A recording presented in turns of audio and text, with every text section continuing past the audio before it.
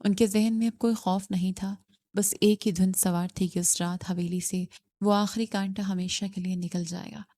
Cup سے اٹھتی ہوئی بھاپ تاریک کچن میں پھیل رہی تھی۔ شہانہ نے کپ کو ٹرے میں رکھا۔ ان کا چہرہ اس وقت کسی بھی رحم اور ممتا سے خالی تھا، بس ایک پرانی اور خطرناک کہانی اپنے آپ کو دہرانے کے لیے تیار تھی۔ شہانہ کے قدم راہداری میں بالکل خاموشی سے اٹھ رہے تھے۔ ٹرے میں 2 کپ تھے، ایک ان کا اپنا اور ایک ایمن کا۔ ایمن کے کمرے کا دروازہ ہلکا سا کھلا تھا۔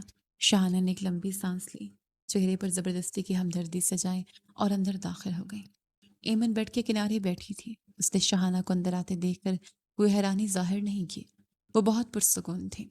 ایمن بیٹی، شہانہ کی آواز میں بلا کی مٹھاس تھی۔ تم سارا دن کام کر کے بہت تھک جاتی ہو۔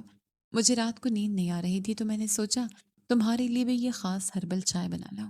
اسے پی لو، ساری تھکن اتر جائے گی۔ ویسے بھی آج کل گھر کا ماحول اتنا خراب ہے، تم بلا وجہ پریشان ہو رہی ہوگی۔ ایمن نے ٹرے کی طرف دیکھا۔ دونوں کپوں میں سے بھاپ اٹھ رہی تھی۔ اس نے مسکرا کر شہانہ کی آنکھوں میں دیکھا۔ آپ اتنی رات گئے میرے لیے چائے بنا کر لائی ہیں بیگم صاحبہ؟ یہ تو میرے لیے بہت بڑی بات ہے۔ ایمن کی آواز بالکل ٹھہری ہوئی تھی۔ تم اب اس گھر کا حصہ ہو ایمن۔ شہانہ نے ٹرے چھوٹی میز پر رکھی اور اپنا کپ اٹھا لیا۔ چلو پی لو، ٹھنڈی ہو رہی ہے۔ ایمن نے اپنا کپ اٹھایا۔ اس کی انگلیاں کپ کی گرمائی محسوس کر رہی تھیں۔ اسی لمحے کھڑکی کے باہر لان میں کوئی گملہ گرنے کی زوردار آواز آئی۔ شہانہ کے اعصاب پہلے ہی تنے ہوئے تھے۔ وہ ایک دم گھبرا کر کھڑکی کی طرف مڑی اور ان کی نظر چند سیکنڈ کے لیے ایمن سے ہٹ گئی۔ باہر گھپ اندھیرا تھا، انہیں کچھ نظر نہیں آیا۔ وہ واپس مڑی۔ ایمن اسی طرح بیٹھی تھی۔ اس کے ہونٹوں پر وہی سرد مسکراہٹ تھی۔ اس نے اپنا کپ ہونٹوں کے قریب کیا اور پھر رک گئی۔ شکریہ بیگم صاحبہ، ایمن نے چائے کی خوشبو کو سونگھتے ہوئے کہا۔ ویسے میری ماں بانوں کی آخری شام کو بھی آپ نے انہیں بالکل یہی چائے پلائی تھی نا؟ سنا ہے وہ چائے پینے کے بعد انہیں کبھی تھکن محسوس نہیں ہوئی۔ وہ ہمیشہ کے لیے سو گئی۔ شہانہ کے ہاتھ میں پکڑا کپ ہلکا سے چھلکا۔ چائے کے چند قطرے ان کی انگلیوں پر گرے، لیکن انہیں گرمی کا احساس تک نہیں ہوا۔ یہ تم کیا کہہ رہی ہو؟ شہانہ کی آواز لڑکھڑائی۔ چائے پیو اپنی، تم پر نیند کا غلبہ ہے، دماغ خراب ہو گیا تمہارا۔ آئیے نا بیگم صاحبہ، آج مل کر پیتے ہیں۔ ایمن نے کپ تھوڑا اور اوپر کیا۔ لیکن پینے سے پہلے ایک بات بتانا چاہتی ہوں۔ کیا؟ شہانہ نے بمشکل تھوک نکلا۔ ایمن تھوڑا آگے کی طرف جھکی۔ جب آپ ایک سیکنڈ کے لیے گھبرا کر کھڑکی کی طرف دیکھ رہی تھیں، میں نے کب بدل دیے ہیں۔ شہانہ کا سانس وہیں سینے میں اٹک گیا۔ ان کی آنکھیں پوری طرح کھل گئیں۔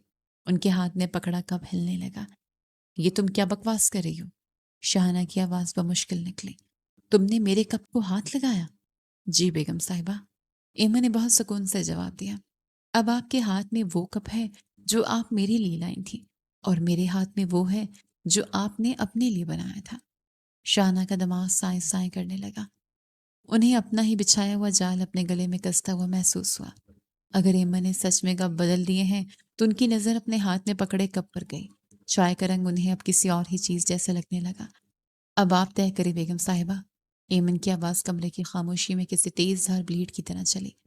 کہ موت کس کے کپ میں ہے؟ کیا آپ کو یقین ہے کہ جو کپ آپ کے ہاتھ میں ہے اس میں زندگی ہے؟ نہیں، شہانہ کے منہ سے بے ساختہ نکلا۔ ان کے ہاتھ اتنی زور سے کانپنے لگے کہ کپ کی آواز ٹرے تک پہنچنے لگی۔ پی لے بیگم صاحبہ۔ ایمن نے اپنا کپ تھوڑا سا ہونٹوں سے لگایا۔ ڈرے مت، یہ تو صرف ہربل چائے ہے نا، تھکن اتارتی ہے۔ چلے میں آپ کے سامنے اپنا کپ پیتی ہوں، آپ اپنا پی لیں۔ میں نے کہا پی لو۔ شہانہ غصے سے چلانے کی کوشش کی، لیکن ان کی آواز میں صرف ڈر تھا۔ تمہیں میری بات ماننی پڑے گی، تم ملازمہ اس گھر کی۔ ملازمہ تو ہوں لیکن نندھی نہیں ہوں۔ ایمن نے کپ واپس ٹرے میں رکھ دیا۔ اگر اس چائے میں اتنی ہی شفا ہے تو پہلے آپ پی کر دکھائیں، میں دیکھنا چاہتی ہوں کہ یہ کیسے تھکن اتارتی ہے۔ شہانہ پر موت کا خوف پوری طرح حاوی ہو چکا تھا۔ ان کا اپنا ہی شک انہیں پاگل کر رہا تھا۔ اگر اس چائے میں وہی سفوف ہے جو انہوں نے ملایا تھا تو وہ چند منٹ بھی زندہ نہیں بچیں گے۔ ان کی سانسیں اکھڑنے لگیں۔ انہیں لگا جیسے ان کا گلا گھٹ رہا ہے۔ میں نے کہا نہیں، شہانہ پوری طاقت سے چلائی۔ انہوں نے اپنے ہی ہاتھ میں پکڑا کپ پوری قوت سے پٹخ دیا۔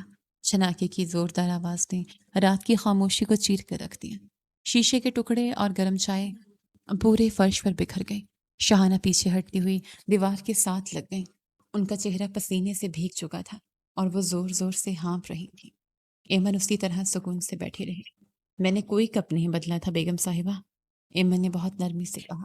دونوں کپ وہیں رکھے تھے جہاں آپ نے رکھے تھے، لیکن آپ کے اس ڈر نے، آپ کے اس خوف نے میرا کام کر دیا ہے۔ آپ کے ہاتھ میں پکڑے کپ میں کیا تھا؟ آپ اپنے ہی بچھائے ہوئے جال میں پھنس گئی ہیں۔ شاہانہ کو ایسا لگا جیسے کسی نے اس کے منہ پر تماچا مار دیا ہو۔ وہ اپنے ہی بچھائے ہوئے جال میں اتنی بری طرح پھنس چکی تھی کہ اب نکلنے کا کوئی راستہ نہیں تھا۔ ان کے پاس بولنے کے لیے کوئی لفظ نہیں تھا۔ کمرے کے کھلے دروازے پر اچانک قدموں کی آہٹ رکی۔ کپ ٹوٹنے کی زوردار آواز سن کر سمد وہاں آ چکا تھا۔ وہ دروازے کی چوکھٹ پر کھڑا تھا۔ اس کی نظریں وہیں فرش پر بکھرے چائے اور ٹوٹے ہوئے کپ پر گئیں۔ چائے کی مہک پورے کمرے میں پھیل چکی تھی۔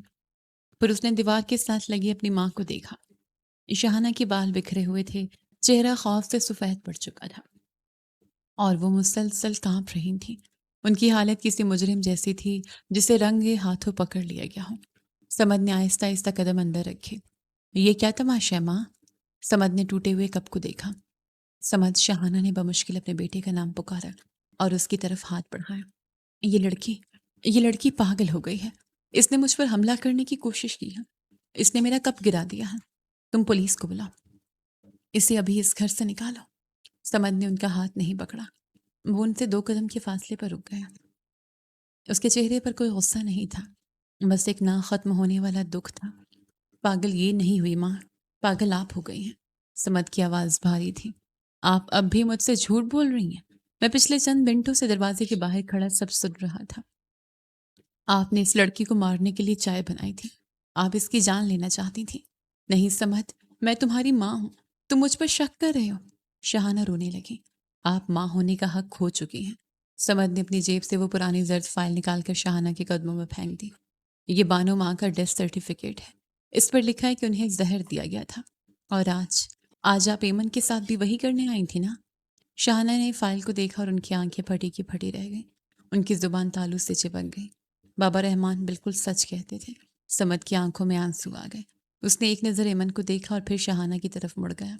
آپ صرف جائیداد کی چور نہیں ہیں ماں، آپ ایک قاتلہ ہیں۔ یہ لفظ قاتلہ شاہانہ کے دماغ پر کسی بم کی طرح گرا۔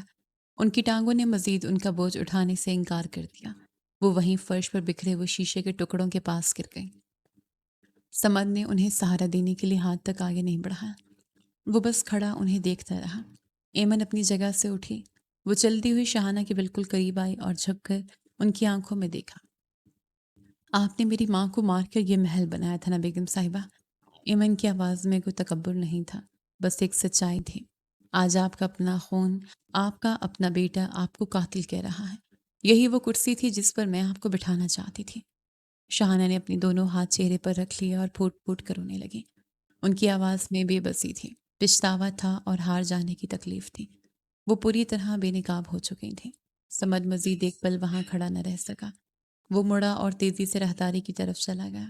ایمن نے شاہانہ کو روتا چھوڑا اور خاموشی سے دروازے کی طرف بڑھ گئی۔ اب اس حویلی میں رشتوں کے نام پر بنے تمام جال ٹوٹ چکے تھے اور سچ اپنی پوری طاقت کے ساتھ سامنے آ چکا تھا۔ سمد کے قدم ابھی راہداری کے بیچ میں ہی تھے جب دانیال تیزی سے اس کی طرف بڑھا۔ اس کا چہرہ غصے سے سرخ تھا اور سانسیں تیز چل رہی تھیں۔ تمہاری ہمت کیسے ہوئی ماں سے اس طرح بات کرنے کی؟ دانیال کی آواز پوری حویلی میں گونجی۔ اس نے آگے بڑھ کر سمد کا کالر پکڑنے کی کوشش کی۔ میں سب سن رہا تھا۔ تم ایک 2 ٹکے کی ملازمہ کے لیے اپنی ماں کو قاتل کہہ رہے ہو۔ تم پاگل ہو گئے ہو۔ میں تمہیں اس گھر سے باہر نکال دوں گا سمد۔ سمد نے کوئی مزاحمت نہیں کی۔ اس نے دانیال کے ہاتھ کو جھٹکا تک نہیں، بس سے گہری اور ٹھنڈی نظر سے اپنے سامنے کھڑے شخص کو دیکھا جسے وہ 25 سال تک اپنا بڑا بھائی سمجھتا رہا تھا۔ مجھے گھر سے نکالنے والے تم کون ہوتے ہو دانیال؟ سمد کا لہجہ برف کی طرح ٹھنڈا تھا۔ اس کی آواز میں کوئی جذبہ، کوئی رشتہ باقی نہیں بچا تھا۔ دانیال کا ہاتھ خود بخود سمد کے کالر سے چھوٹ گیا۔ سمد کی آنکھوں میں موجود اجنبیت نے اسے الجھا دیا تھا۔ کیا مطلب ہے تمہارا؟ میں اس حویلی کا وارث ہوں، بڑا بیٹا ہوں۔ دانیال اپنا روپ قائم رکھنے کی کوشش کر رہا تھا۔ تمہاری رگوں میں اس مٹی کا خون تک نہیں ہے۔ سمد نے ایک قدم آگے بڑھا۔ تم اس حویلی کے وارث نہیں ہو دانیال۔ تم بیگم شاہانہ کی اس پہلی شادی کا وہ حصہ ہو جسے انہوں نے میرے باپ کا نام دے کر اس گھر پر مسلط کر دیا۔ اس گھر کی کسی ایک اینٹ پر، کسی ایک کاغذ پر تمہارا کوئی حق نہیں ہے۔ دانیال پیچھے ہٹا، جیسے کسی نے اسے زوردار دھکا دیا ہو۔ اس کے ہونٹ کانپنے لگے۔ تم جھوٹ بول رہے ہو، یہ سب اس ایمن کی چال ہے، وہ تم سب کا دماغ خراب کر رہی ہے۔ ایمن جھوٹ نہیں بول رہی، یہ دیواریں سچ اگل رہی ہیں۔ سمد نے جیب سے بانو کا ڈیتھ سرٹیفکیٹ نکالا اور دانیال کے سینے پر مارا۔ یہ دیکھو، یہ میری بانو ماں کی موت کا سرٹیفکیٹ ہے، اور اسی اسپتال کے ریکارڈ میں میرا نام تو ہے، لیکن تمہاری پیدائش کا کوئی نام و نشان نہیں ہے، کیونکہ تم اس خاندان کا حصہ کبھی تھے ہی نہیں۔ تم ایک جھوٹ ہو دانیال، ایک بہت بڑا جھوٹ، جس نے میری پوری زندگی تباہ کر دی۔ دانیال کے پاؤں لڑکھڑا گئے، اس کا غرور، اس کا تکبر، اس کی وہ پہچان جس پر وہ ساری زندگی اکڑتا رہا، ایک لمحے میں ریت کی طرح بکھر گئی۔ کاغذ کا وہ ٹکڑا اس کے ہاتھ سے چھوٹ کر زمین پر گر گیا۔ اسے اپنے ارد گرد کی دنیا گھومتی ہوئی محسوس ہوئی۔ وہ کچھ بولنے کے لیے منہ کھولتا، لیکن آواز گلے میں ہی پھنس کر رہ گئی۔ سنگ مرمر کے فرش پر سوٹ کیس کی پہیوں کے رگڑنے کی آواز دب رہی۔ دانیال نے مڑ کر دیکھا، نتاشا سیڑھیوں سے نیچے اتر رہی تھی۔ اس کے ایک ہاتھ میں بڑا سا بیگ تھا اور دوسرے ہاتھ میں ہینڈ بیگ۔ اس کے چہرے پر کوئی دکھ، کوئی پچھتاوا یا ہمدردی کا کوئی نام و نشان نہیں تھا۔ وہ بالکل سپاٹ چہرے کے ساتھ مرکزی دروازے کی طرف بڑھ رہی تھی۔ نتاشا، دانیال کی آواز بھر آ گئی۔ وہ دوڑ کر اس کے سامنے آ کھڑا ہو۔ تم واقعی مجھے چھوڑ کر جا رہی ہو اس مشکل وقت میں جب مجھے تمہاری سب سے زیادہ ضرورت ہے؟ نتاشا نے اپنے قدم روکے۔ اس نے سر سے پاؤں تک دانیال کا جائزہ لیا، جیسے کسی بالکل اجنبی اور غیر اہم شخص کو دیکھ رہی ہوں۔ مشکل وقت تمہارا ہے دانیال، میرا نہیں۔ نتاشا نے بیگ کی گرپ مضبوط کر لی۔ میں نے تمہیں پہلے ہی بتا دیا تھا، میرا سودا اس حویلی کی مالک سے ہوا تھا، کسی بے نام اور کنگال شخص سے نہیں۔ میں کنگال نہیں ہوں۔ دانیال کی آنکھوں میں آنسو آ گئے۔ میرے پاس گاڑیاں ہیں، بینک بیلنس ہے، ہم کہیں اور جا کر نئی زندگی شروع کر لیں گے۔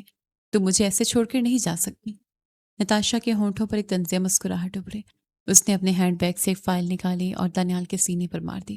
پڑھ لو اسے، تمہارے نام پر اب ایک سائیکل بھی نہیں ہے، دونوں گاڑیاں میرے نام ٹرانسفر ہو چکی ہیں، اور جوائنٹ اکاؤنٹ کا آخری روپیہ بھی میں نکال چکی ہوں۔ تم اب واقعی سڑک پر ہو، اور میرے پاس ایسے لوگوں کے لیے کوئی وقت نہیں ہے۔ وہ دانیال کو وہیں سکتے کی حالت میں چھوڑ کر آگے بڑھ گئی۔ دروازہ کھلنے اور پھر زور سے بند ہونے کی آواز آئی۔ باہر گاڑی کا انجن سٹارٹ ہوا اور پھر خاموشی چھا گئی۔ دانیال وہیں زمین پر گھٹنوں کے بل گر گیا۔ اس کے پاس سب کچھ نہیں بچا تھا، نہ ماں کا وہ جھوٹا رتبہ، نہ بھائی کا پیار، نہ بیوی، اور نہ ہی دولت۔ اس کا وجود بالکل خالی ہو چکا تھا۔ حویلی کے مرکزی دروازے پر کوئی دستک نہیں ہوئی۔ دروازہ پہلے سے کھلا تھا، بھاری بوٹوں کی آوازیں حال میں گونجنے لگیں۔ پولیس انسپکٹر اپنے دو ساتھیوں کے ساتھ اندر داخل ہوا۔ ان کے پیچھے بابا رحمان خاموشی سے چل رہے تھے۔ حویلی میں کوئی چیخو پکار نہیں ہوئی، کوئی بھگدڑ نہیں مچی۔ سب کچھ ایک عجیب پرسکون لیکن خوفناک انجام کی طرف بڑھ رہا تھا۔ شہانہ جو اب تک راہداری کے فرش پر بیٹھی اپنے بکھرے ہوئے وجود کو سمیٹنے کی ناکام کوشش کر رہی تھیں، پولیس کو دیکھ کر بھی اپنی جگہ سے نہیں ہلیں۔ ان کے اندر جیسے جان ہی باقی نہیں تھی۔ انسپکٹر چلتا ہوا بالکل ان کے سامنے آ کر رک گیا۔ بیگم شہانہ، انسپکٹر کی آواز میں قانون کی سختی اور ٹھہراؤ تھا۔ شہانہ نے آہستہ سے سر اٹھایا۔ ان کی آنکھوں میں اب کوئی اکڑ یا غصہ نہیں تھا، بس ایک ہاری ہوئی عورت کی تھکن تھی۔ انسپکٹر نے اپنے ہاتھ میں پکڑی ہوئی ایک پرانی خستہ حال ڈائری اور کچھ کاغذات اوپر کیے۔ 25 سال پرانے کیس میں ہمیں نئے اور ٹھوس ثبوت مل گئے ہیں۔ یہ ڈائری جو آپ نے خود اپنے ہاتھوں سے لکھی تھی اور جس میں بانو بیگم کی موت کا پورا منصوبہ درج ہے، اور اس کے ساتھ بانو بیگم کی اصل پوسٹ مارٹم رپورٹ جسے 25 سال تک چھپا کر رکھا گیا۔ بابا رحمان نے یہ دونوں چیزیں آج صبح پولیس کے حوالے کر دی ہیں۔ شہانہ کی نظر اس پرانی ڈائری پر جم گئی۔ یہ وہی ڈائری تھی جو انہوں نے سالوں پہلے جلا دینے کا سوچا تھا، لیکن اپنے ہی غرور میں اسے الماری کے خفیہ خانے میں رکھ کر بھول گئی تھی۔ بابا رحمان جو حویلی کے ہر راز کا امین تھا، خاموشی سے یہ ثبوت اپنے پاس محفوظ کر چکا تھا۔ ان ٹھوس ثبوتوں اور چشمدید گواہ کے بیان کی روشنی میں انسپکٹر نے بات مکمل کی۔ آپ کو بانو بیگم کے قتل کے جرم میں گرفتار کیا جاتا ہے۔ شہانہ نے کوئی مزاحمت نہیں کی، انہوں نے کوئی صفائی پیش کی اور نہ ہی کسی چیز پر چیخیں۔ ان کا سارا کھیل، ان کی ساری منصوبہ بندی ان کے اپنے ہی بچھائے ہوئے جال میں دم توڑ چکی تھی۔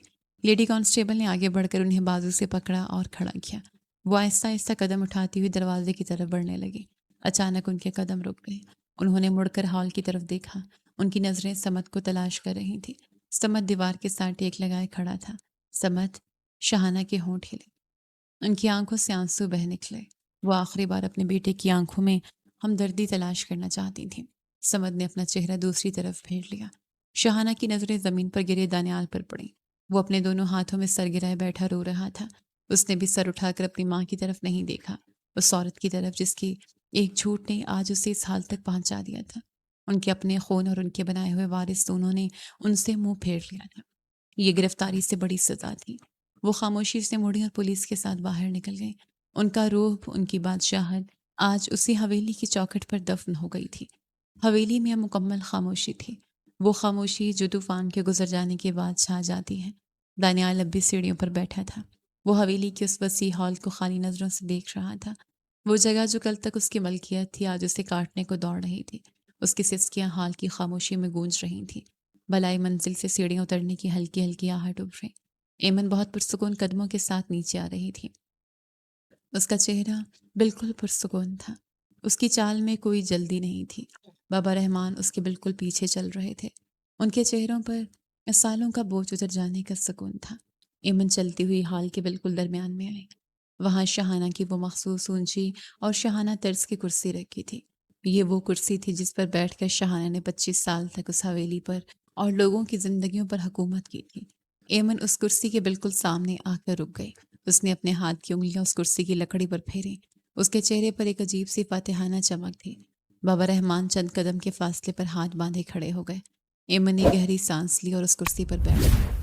اس نے اپنی پیٹھ کرسی سے ٹکائی، دونوں ہاتھ کرسی کے بازوں پر رکھے اور بالکل سیدھی ہو کر سامنے دیکھا۔ حویلی کا ہر کونا، ہر دیوار، ہر سایہ اب اس کے قدموں میں تھا۔ اس نے گردن موڑ کر بابا رحمان کی طرف دیکھا۔ ہم جیت گئے بابا۔ ایمن کی آواز دھیمی لیکن انتہائی ٹھوس تھی۔ شیشے کا محل ٹوٹ گیا۔